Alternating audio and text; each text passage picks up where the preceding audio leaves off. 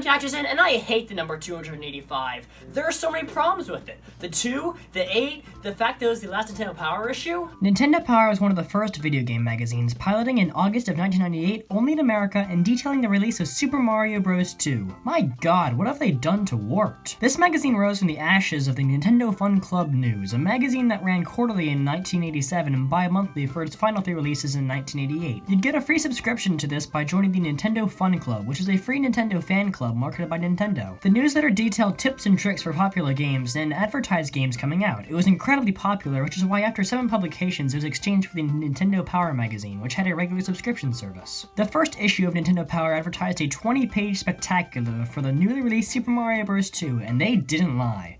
The first section is a full graphic, in-depth how-to of every enemy, level, and secret in the game. Forget playing it, I want to know about Fry Guy. They really knocked it out of the park with this first issue. A 110-page colorful magazine telling you everything you could possibly want to know about popular games. How else do you make friends? You can sit on the key and the fan tool will stop chasing you. The second section details The Legend of Zelda Second Quest, telling the player how to unlock a new, even harder version of the game by entering Zelda as the name. It could also be unlocked by beating the main game, but what self-respecting 8-year-old wants to do that? But this section clearly defines what the magazine is, a detail of every possible secret in any given game. In a time where you couldn't just use the internet, a Nintendo-published magazine that tells its subscribers where all the hidden things, even the cheat codes, in a game was unfounded. This is represented by the first issue publishing 3.6 million copies, and the free issue that every Nintendo Fun Club member received only accounted for 600,000 of those. Looking back on it, you can see how stupid a lot of the NES games were. For example, the stage select code in Ghosts and Goblins was... Hold the control pad right and push B 3 times, then push up and release. Next, push B 3 more times. Push left, release, and push B 3 times again. Push down, release, and push B 3 more times, then push start, select the A button or B button at this time, and push start once again.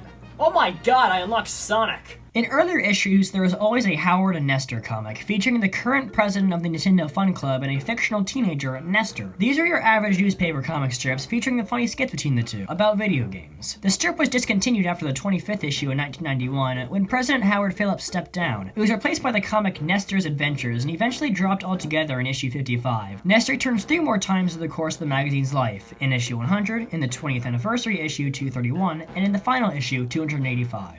I have issue 82, which focused on Super Mario RPG. While it doesn't have a 20-page spectacular, it does boast an 8-page power preview, which is almost as good. And... why was this allowed to be published? This is a weird issue. It was published in the middle of 1996, meaning it had sections for the newly released N64, the failing Virtual Boy, and the SNES, which still had a couple years left in it at the time. That's relative to the time it released, but it's still the only place on Earth where you see Super Mario Kart, 3D Tetris, and NHL 96 within an inch of each other. Flipping through the issue gets you to a college recruitment page for DigiPen, the video game college. They make sure you know what you're getting yourself into, though. Either you love video games and attend everything, or you find another field of study. I never attended so many things in my life. Of course, the most interesting article of this issue is the 3D Tetris page. It tells you everything you could need to know about the last Virtual Boy game. I found a Flash version online, and it's actually really well designed. In the wise words of Adam Shams, the console is bad, but the game was pretty fun. I think this game did the best job of exemplifying what the Virtual Boy could do. While games like Tether Boxer and Mario's Tennis tried to push the Virtual Boy to its limits, 3D Tetris, like Tetris on the Game Boy, was the best suited for the console. It's neat to see how they tried to make the red graphics appealing with these textured 3D blocks and fancy golden headers. I mean, on page 48, they just lied and pretended that other colors existed. At the beginning of every issue, there were a few pages of Player's Pulse, fan letters that Nintendo Power received.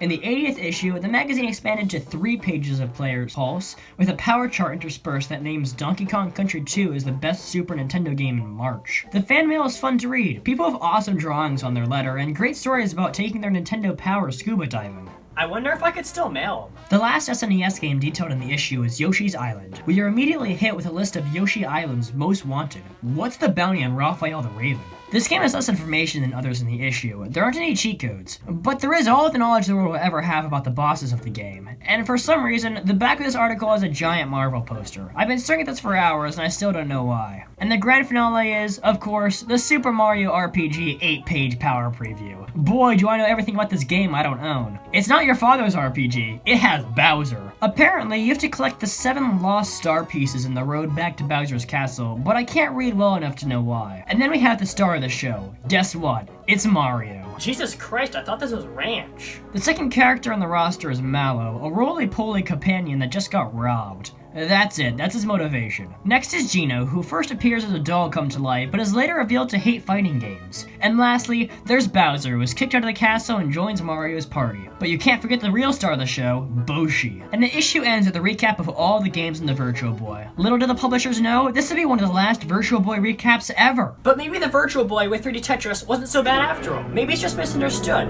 And even if 3D Tetris isn't quite your taste, there's still plenty of other games on the console. Waterworld, Battle Vertical, Smart Class, Tennis Check Bros, and Pinball, Bomberman, Panic Bomber Golf, Teleboxes, Nestor's Funky Bowling 2, For League Baseball, Real Land Space Invaders, Virtual Collection and Still, Virtual Lassie, Swash, Regular Bowling, and 3D Tetris Fishing Brazil. Now I'm gonna stick with Frantic Flea.